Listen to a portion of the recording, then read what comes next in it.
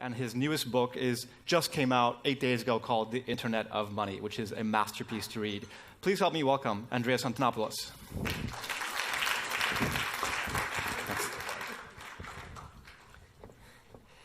Good morning, everyone.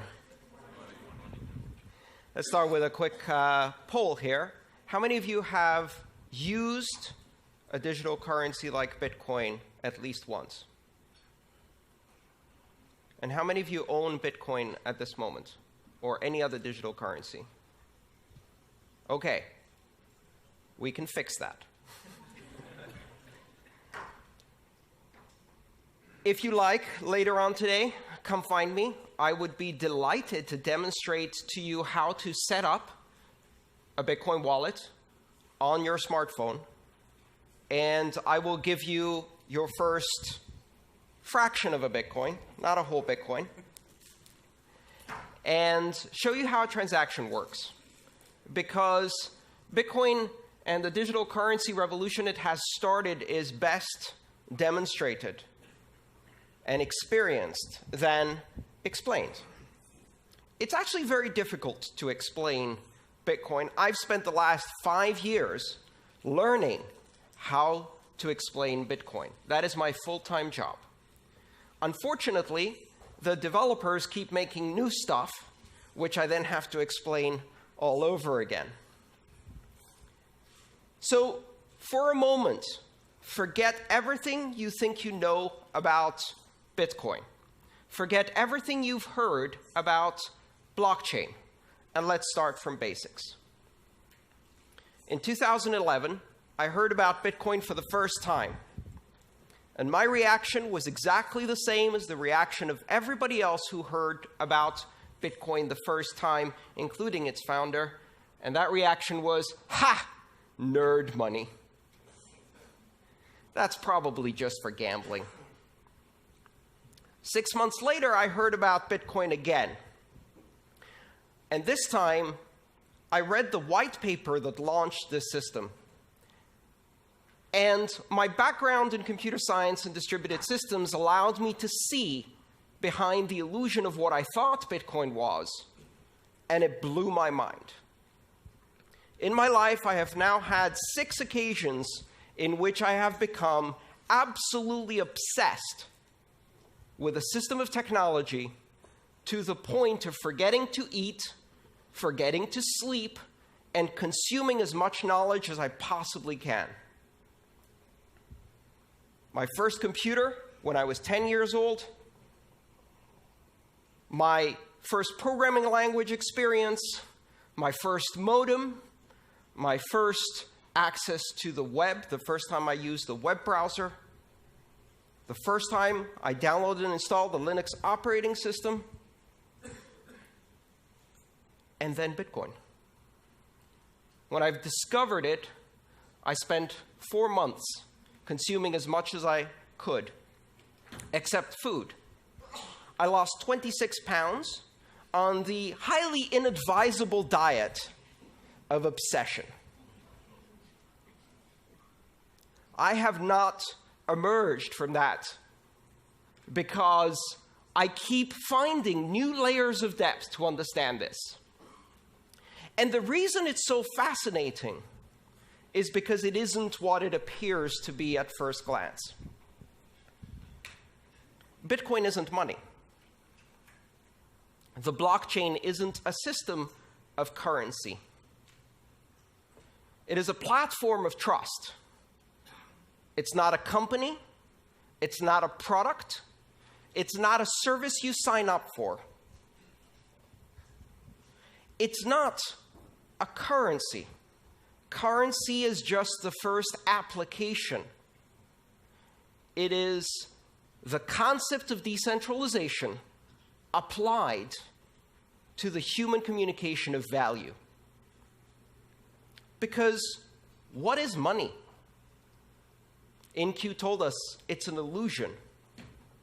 It's imaginary. And the reason we don't grasp that is because it's so deeply embedded in our civilization. Money is one of the oldest technologies that humanity has.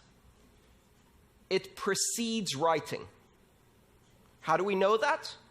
The very first samples of writing we have are spreadsheets. They are tallies and ledgers of debts owed, and money pre-existed that writing. You might even speculate that money had an oral tradition until it needed to invent a written tradition, so writing was created for it. In the history of money that now spans tens of thousands of years, there have been maybe 5 major changes. From pure barter exchange to the introduction of the first abstraction of value, shells, feathers, beads, nuts, stones, and then precious metals, and then paper money, and then plastic money, and now network money.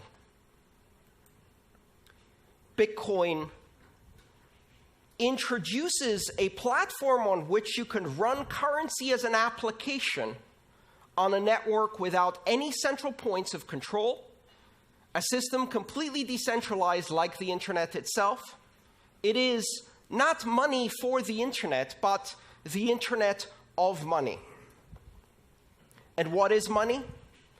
Money is a language. Money is a linguistic abstraction. Money is a language that we use to communicate value to each other.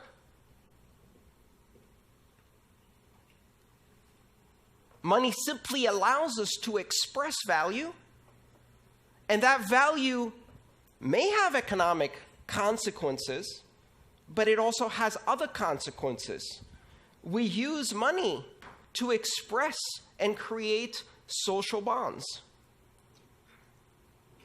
and relationships and associations and to create organization. Bitcoin is the first system of money that is not controlled by any entity, that is completely decentralized. And what that does is it introduces the very same things that the internet brought to communication. If money is speech, if money is a language, and you disconnect it from all other media, and you make it pure speech, pure content, an internet content type, a protocol designation, money over IP, it completely separates it from all of these previous notions of nations, sovereign issuers, institutions that control. And so we go from institution-based money to network-based money. And of course, everyone will welcome this with open arms. Not a chance. What do you think they said the first time someone was presented with a gold depository certificate instead of a gold coin? They said, "That's not money. Go away."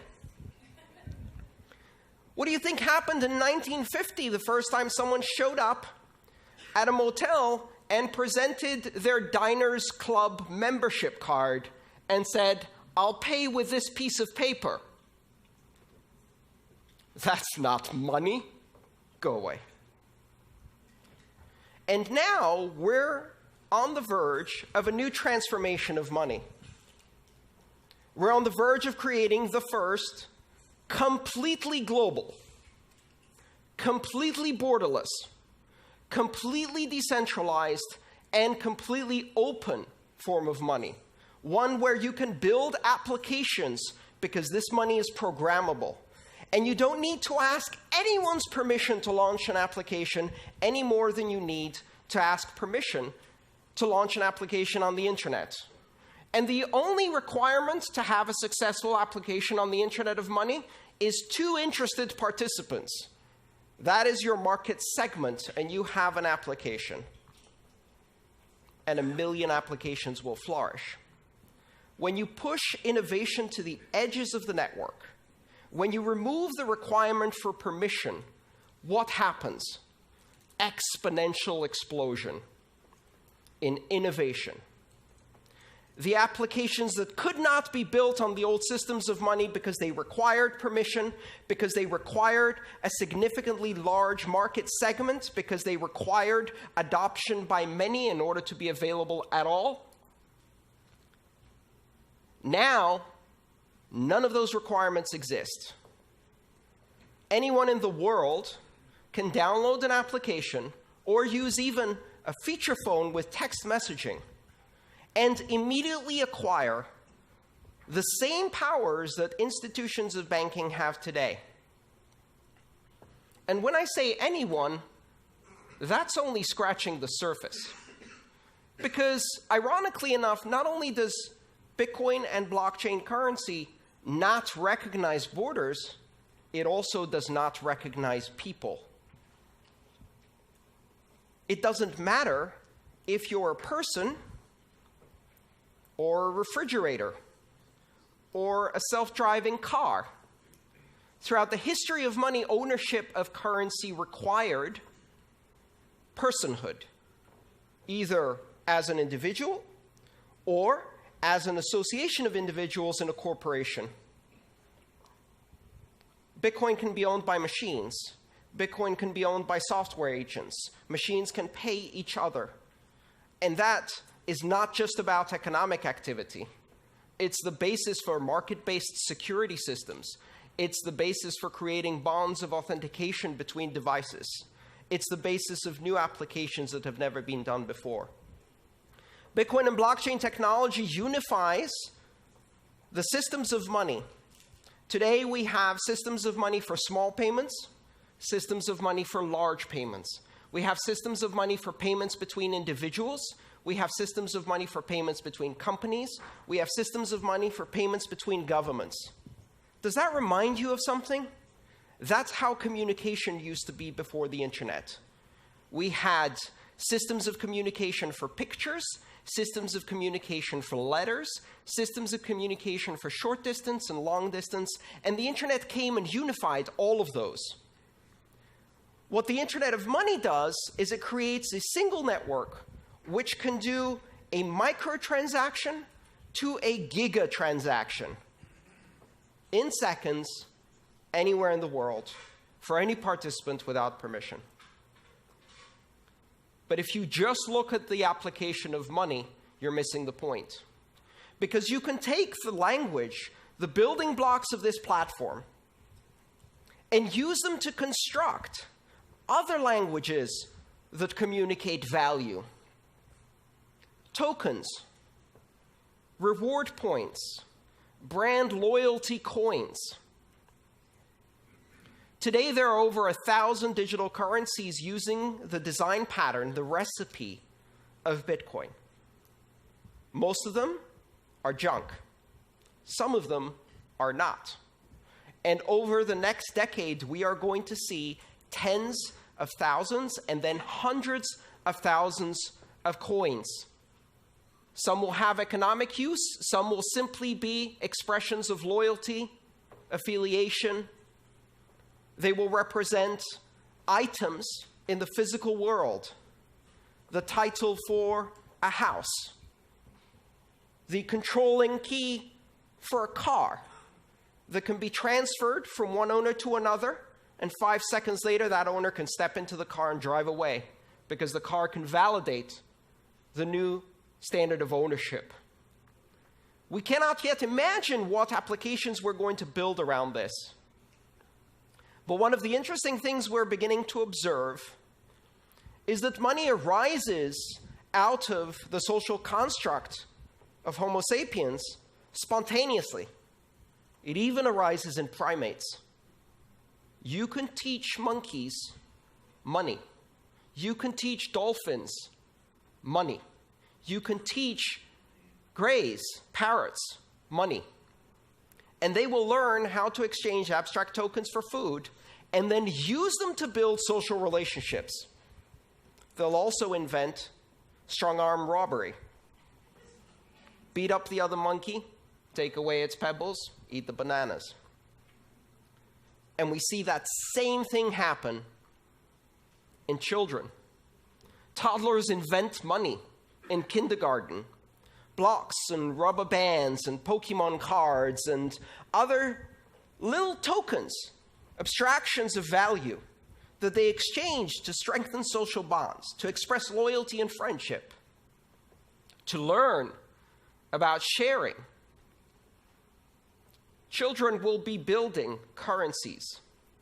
Only this time, these currencies will be global, unforgeable, and scalable on day one. A few years from now, Maria will be launching Maria Coin in her kindergarten to compete against Joey Coin. And it won't really matter to anyone. Until, of course, Justin Bieber launches Justin Bieber Coin, and it happens to surpass the market capitalization of 30 nations on this planet. And we are all writing horrified opinion editorials about how the world is going to hell.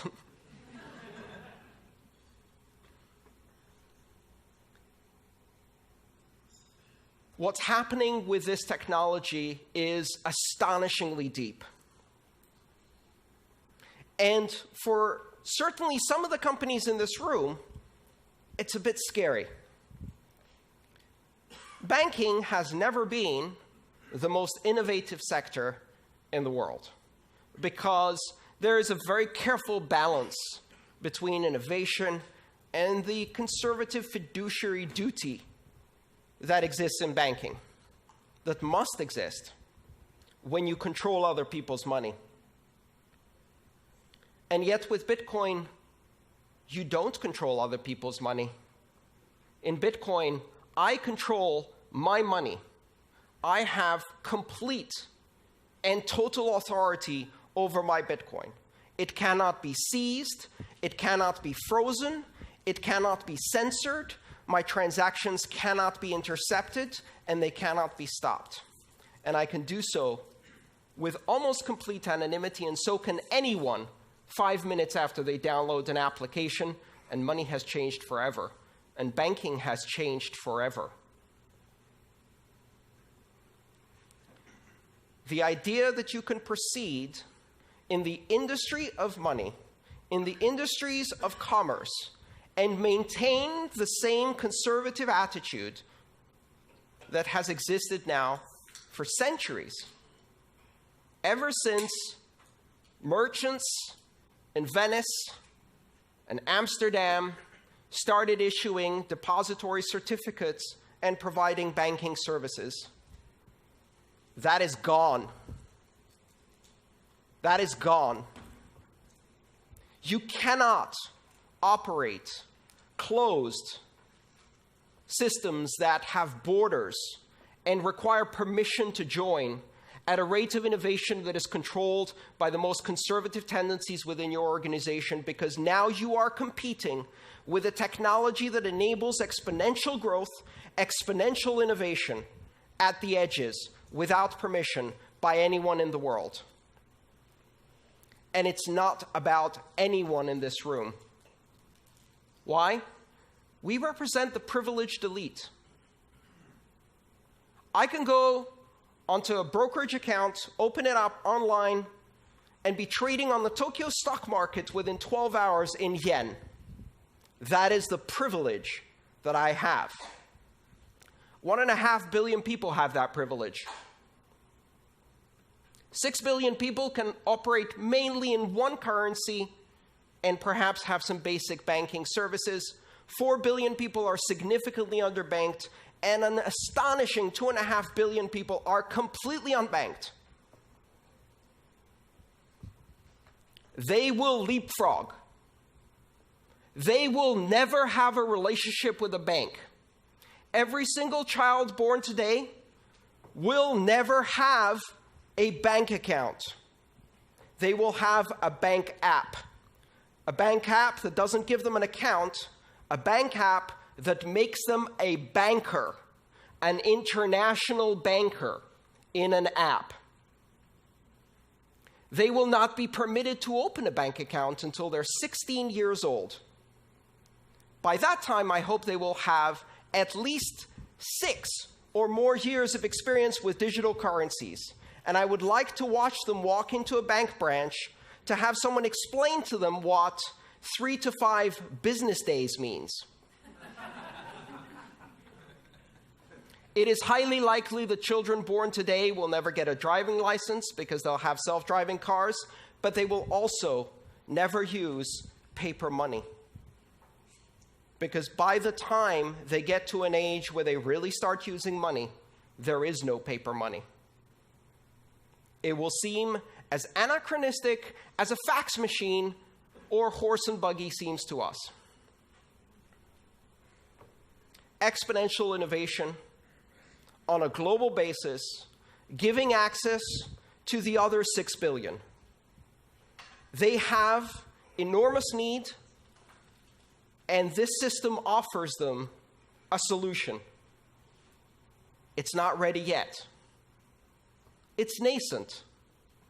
It's complex. It's impossible to use for most people. In 1989, I sent my first email. In order to do so, I had to compile a version of the Unix mail program using a C compiler and Unix command line skills.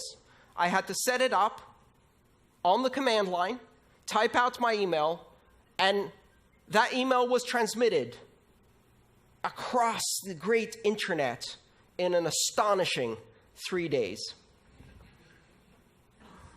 Exactly 20 years later, my mother replicated that experience with a swipe. Bitcoin today and all of the currencies that are built on that recipe are just at the same level that the internet was in 1991.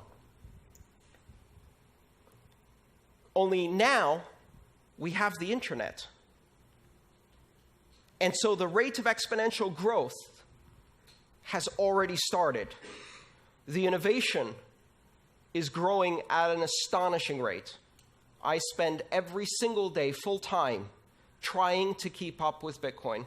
Just one currency, and it's almost impossible. Do not underestimate this. Do not listen to the people who tell you that Bitcoin is just for pornographers, terrorists, drug dealers, and gamblers. Remember that they said the exact same thing about the internet. And when you give it to 2 or 3 billion people, they're not interested in those things. They're interested in sharing cat videos. And now we have an internet of 1 billion cat videos. When you take digital currency mainstream and give it to the 4 billion people who have been isolated from international finance and commerce, and you give them the opportunity to control their money against despotic governments and corrupt banks that are stealing from them,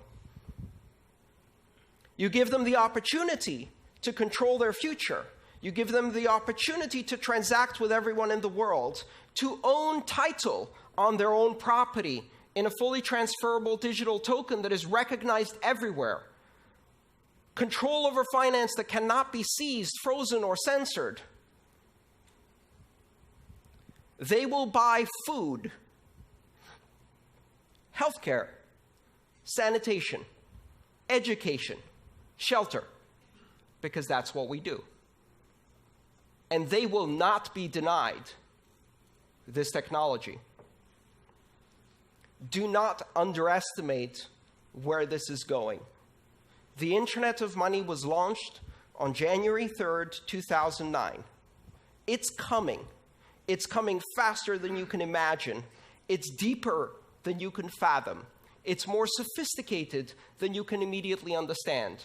It takes years of study just to see all of the implications. And it is a gift to the entire world, a technology that represents the 6th greatest innovation in the technology of money, the most ancient technology of our civilization. Thank you.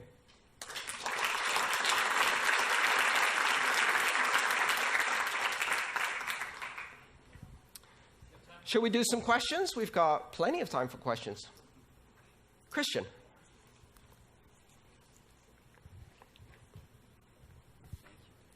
What determines the buying power of the currency? How does it stabilize and what's required to stabilize it? So if I would buy some Bitcoins, who can manipulate the value of that? Everyone. The buying power of Bitcoin is determined in exactly the same way that the buying power of the euro, the British sterling, the Japanese yen, or the US dollar is determined through market forces of supply and demand in international liquid markets that operate around the clock.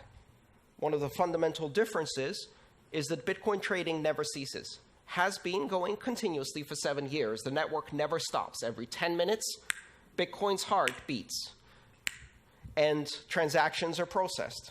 The exchanges never close. There is no closing price for Bitcoin. It is a rolling average. And in that trading, a market capitalization of approximately $12 billion is now traded internationally. What is $12 billion for a global currency? It's a guppy swimming in shark-infested waters. And every trader, every whale goes in there and just kicks that price around. So right now, the experience of living on Bitcoin, which I have been doing full-time for more than 3 years, is a roller coaster. It's an absolute roller coaster. I've seen shifts of 20 or 30% in a day. And yet, if you look at the long-term trend, volume goes up, transactions go up, and volatility keeps dropping. And the beauty of it is, I can't sell that to an American. I can't sell that to a Brit. I don't need to sell it to an Argentinian. I don't need to sell it to a Brazilian. I don't need to sell it to a Venezuelan. I went to a conference and an Argentinian told me, I'm not worried about volatility. Our currency has volatility like this. Bitcoin has volatility like this. I'd rather be going in that direction. And you don't need to tell them why. Their government threw people out of airplanes not more than 35 years ago for disagreeing. They already know why the separation of state and money is a good idea. And so, volatility is relative.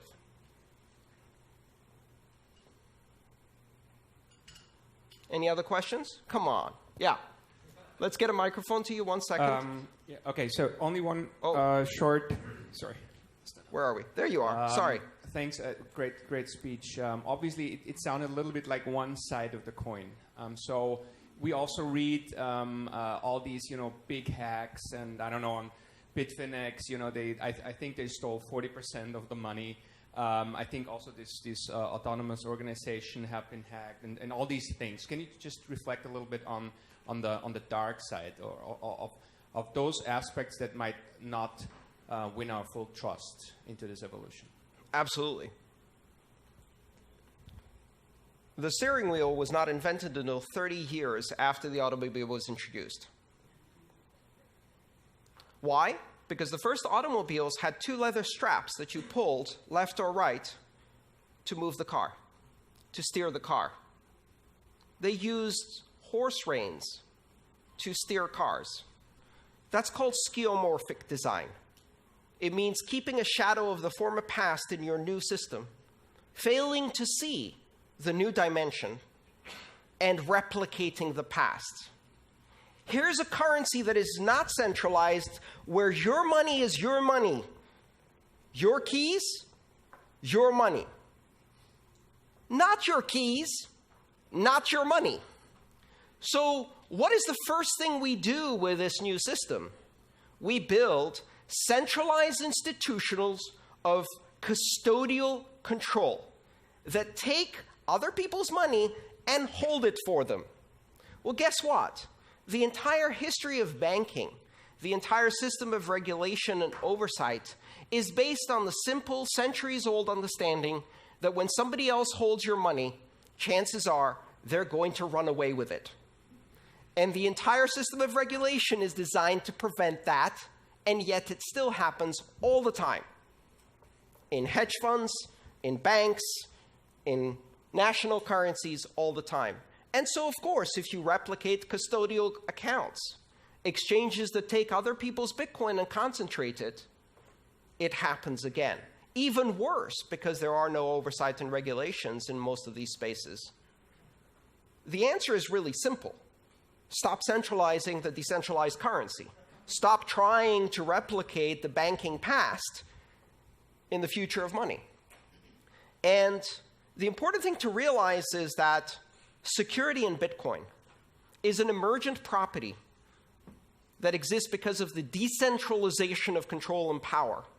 If I want to hack 1 million customers' Bitcoin and they're holding their keys, I have to hack 1 million customers.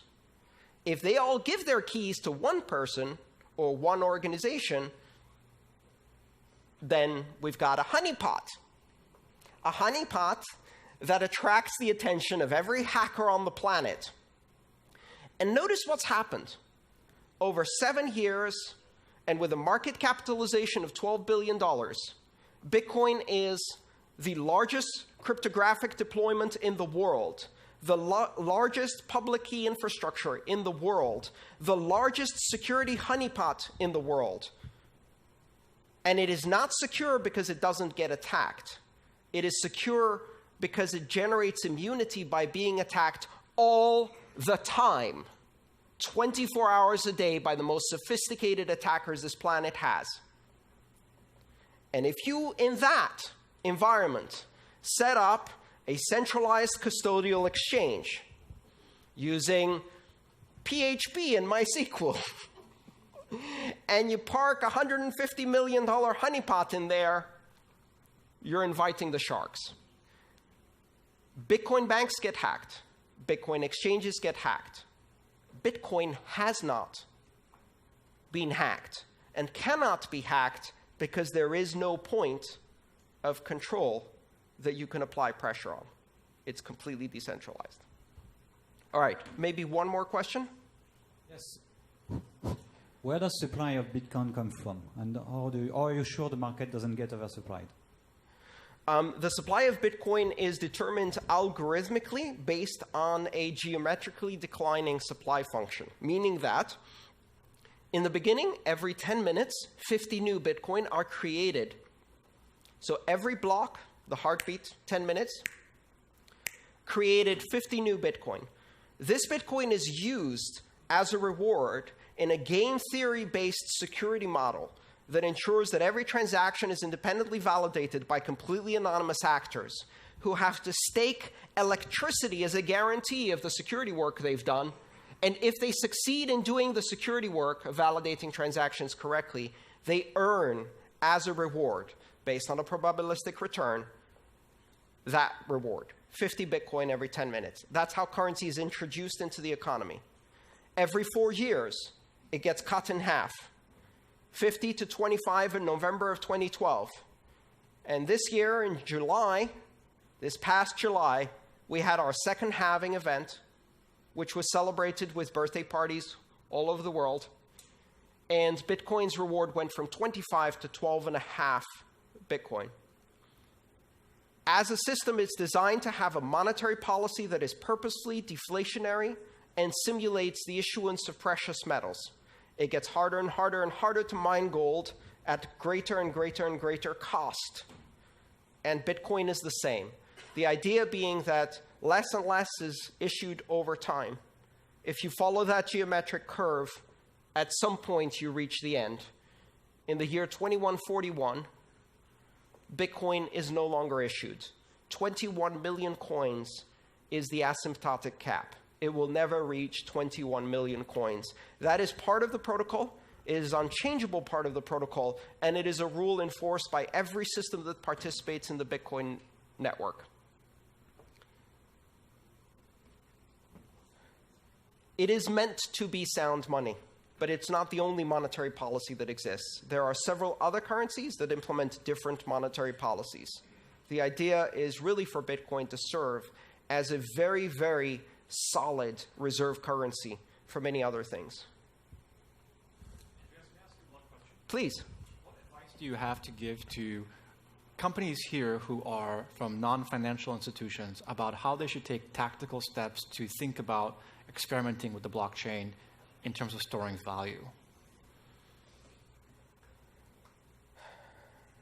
I think understanding that it's not just currency, understanding that it is a platform for trust, understanding that it can be used as a historical record of truths that can register information, that it can be used to create all kinds of tokens that can be exchanged between your customers, your suppliers, your manufacturers, that it can also be used simply as a currency for any cross-border transactions, import-export activities, remittances-based flows, paying associates and affiliates, all of the things that today are expensive, slow, and difficult become cheap, fast, and easy when you use one of these digital currencies. But it's still early.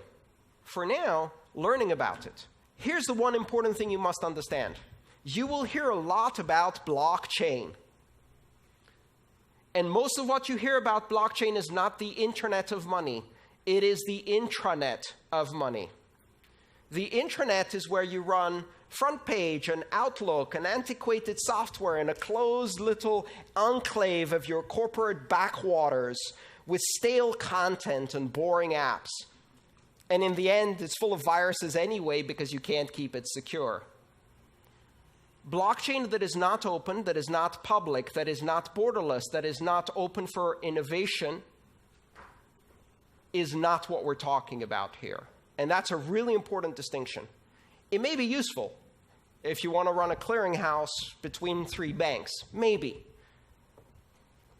But it's not the internet of money. Thank you so much, Andreas. Thank you. By the way,